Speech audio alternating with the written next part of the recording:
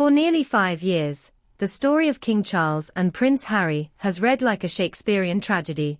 Love twisted by pride, loyalty bruised by betrayal, and silence louder than forgiveness.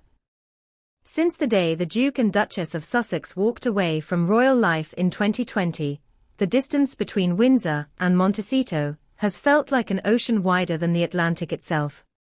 But now, deep inside the halls of a royal residence once scarred by conflict, a quiet symbol has appeared, one that suggests the king may finally be ready to heal the family that fame and fury tore apart. It happened not through speeches or letters, but through pictures. In the stately rooms of Hillsborough Castle, the official royal residence in Northern Ireland, visitors have noticed something new and telling. Among the portraits of ancestors, dignitaries, and working royals, there now hang carefully chosen images of Prince Harry and Meghan Markle. It is, in the words of one palace insider, a deliberate gesture, a subtle but unmistakable olive branch from the king himself. It may sound like a small act, but in royal language, display is diplomacy. The portraits on those walls speak volumes. They are seen by every foreign leader, every guest, every member of the press who tours those gilded rooms. They are not chosen by chance. They are chosen by the monarch. And this time, something, or rather someone, is conspicuously missing. Prince Andrew. Once the Queen's favored son, now exiled to the shadows by his ties to Jeffrey Epstein. Hillsborough's walls bear no sign of him. Instead, the King's Northern Irish residence quietly celebrates the couple once accused of fracturing the monarchy itself. For a king often described as both pragmatic and sentimental, that visual choice matters. It marks a turning point, a sign that perhaps forgiveness, not fury, will define this next chapter of his reign. Sources close to the palace confirm that while the historic Royal Palace's organization manages Hillsborough, the selection of personal photographs is ultimately guided by the wishes of His Majesty. And Charles, 76, appears to be guiding those wishes toward peace. It's a subtle, but deeply symbolic gesture, one that follows months of slow thawing between father and son. The frost began to melt earlier this year, when Prince Harry made a surprise trip to London after learning of the King's cancer diagnosis. The reunion, brief but significant, was their first genuine meeting in nearly 2 years. It took place not at a palace banquet or family gathering, but quietly, over tea at Clarence's house. For an hour, the father who once couldn't speak to his son and the son who once accused his family of cruelty sat across from each other, not as monarch and exile, but as men bound by blood and time. Since then, insiders say, there have been careful, cautious exchanges. Not reconciliation, but the first fragile signs of one. The British press, ever eager to dramatize the royals' every whisper, called their meeting distinctly formal, even claiming Harry felt like an official visitor. But that narrative didn't last long. Within hours, the Duke's spokesperson struck back. The reports of the meeting's tone are categorically false. The quotes attributed to the Duke are pure invention, attempts to sabotage reconciliation. And then came the most unexpected confirmation, one that only deepened the mystery. For clarity, the statement added, a framed photograph was handed over, however, the image did not contain the Duke and Duchess. What photograph? What image could the king have chosen to represent their bond, or the loss of it? No one outside the palace knows. But symbolically, the gesture echoes louder than words. A father giving a picture to his son, a frozen moment of shared history, handed back across years of distance. This is the new diplomacy of King Charles, quiet, personal, unannounced.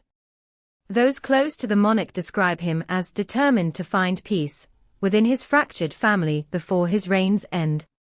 Behind the scenes, he has reportedly told aides that no dynasty can survive if brothers remain enemies. It's a message that resonates not just with Harry, but with William, who, according to multiple reports, still refuses any contact with his younger brother.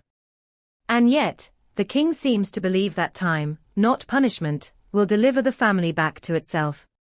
He is a man who has lost too much, says one royal observer. He lost his parents, he nearly lost his son, and now his own health is uncertain. This olive branch is not just a political move, it's emotional survival. The choice of Hillsborough Castle, as the setting for this symbolic act, is no coincidence either. For centuries, it has been the backdrop for moments of reconciliation, from the signing of the Anglo-Irish Agreement in 1985 to historic peace talks decades later. It's a place where wars of words once gave way to fragile handshakes. Perhaps that is exactly what the king hopes for now, not peace in Ireland this time, but peace within his own house. The irony is bitter and poetic. In 2020, when Harry and Meghan announced their plan to step back from royal duties, the palace insisted they would remain much-loved members of the family.